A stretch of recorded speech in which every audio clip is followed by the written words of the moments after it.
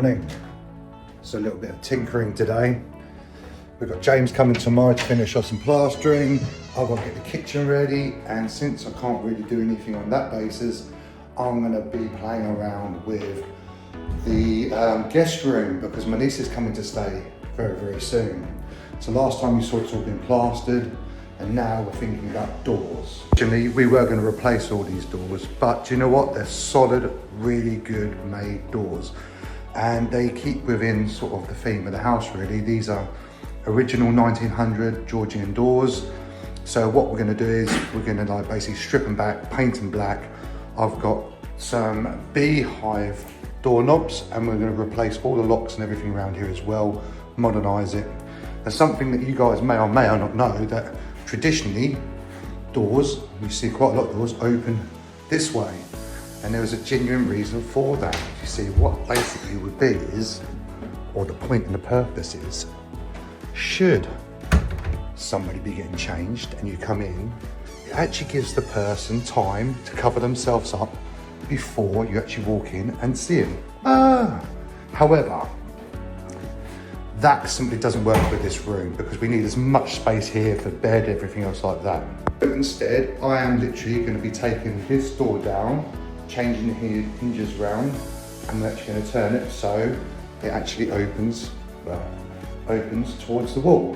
Doesn't mean to say I've got to now rewire that over to here somewhere. But yeah, little tinkering today, but got to be done. Be like whoever invented flathead screws. Absolute nightmare, especially with these ones because they've been covered in layers and layers and layers of varnish. So we're going to have to get all this off as well. Coming out here, good. And then I'm going to have to repair these, get rid of where the hinges are, because I'm going to swap them to the other side. That's how much varnish is on them. Hasn't even popped out.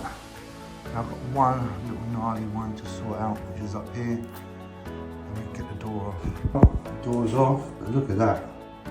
That's like over 100 years worth of just painting and painting and painting. But it's a shame really, because if there's a bit of care involved from painting, none of this would be covered, but never mind. So upon removing the hinges, turns out these are solid pine doors, which puts me in a bit of a position. Do I want to keep them? Do I like them? I don't know, pine. Do I go for solid oak? Or do I just recondition the one and see how it looks and go from there? So here's my quandary. Do I restore a 100-year-old pine door, or do I replace it with a new modern solid door? Or do I just keep with the classic old door, which has got a more classic style? However, I know it's pine, but the manufacturing of pine 100 years ago is a lot different to how it is today. It's slower grown back in the day, which means the rings were tighter, which means it's more denser and more solid. Modern day pine, if you like, it's growing real fast, the rings are like a lot larger, it's a lot wetter, it's not as heavy, it's not as dense. So do I take the time to restore this door, paint it black, hang it, get it swinging, see what it looks like, and then decide whether or not I'm going to do the rest of the doors in the house? I really don't know. There's several methods we can use to strip this paint off. First, I'm going to try a heat gun, see how we get on with that, and then decide, like, if that fails, then I'll use some paint remover or some other method. So it turns out the industrial hairdryer was the one. It worked really, really well. But whichever way you look at it, this was an absolute pain. It took a long time to do. Just keep heating up, scraping away, heating up. There's a lot of residue on the paint as well. So I just kept going at it and going at it and going at it. Right then, so that's 1 hour and about 30 minutes. One side is done. I'm not so sure the effort to reward is there. It's the most tedious thing I've ever done. And anybody who likes doing this sort of stuff, you're another level of psycho, I must admit. But then saying that, if this works and it comes out well, potentially it's going to be saving us over £1,000, because the doors we were going to get were over £200 per door. So after you put the furniture on them and everything else, this may just cost us our time and a little bit of money for the furniture, but it is a very tedious job. Must say though, the heat gun, the sort of like nuclear hairdryer, is doing the job really well. It still needs a sand down, still needs a prime, and it still needs painting to the colour that we want. So you think about 3 hours per door, maybe another hour to get it hung properly. It's going to be a bit of a labour of love, this one. Still, keep on going.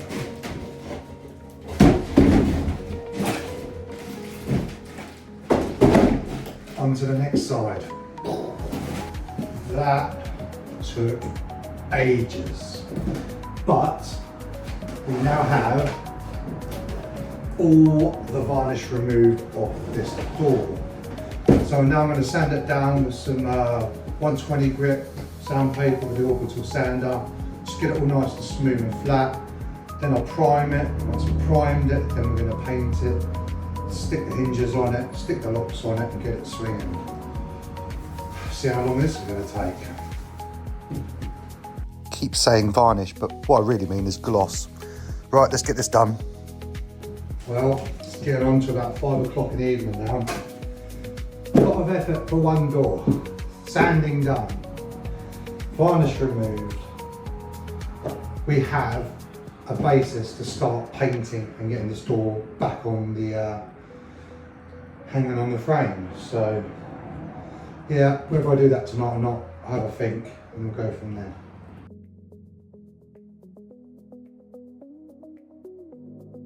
So before I prime this door, I have now got to chop in the hinges on the other side, because it's now going to be sitting on the right hand side where it was on the left hand side opening. That's going to be right hand side opening.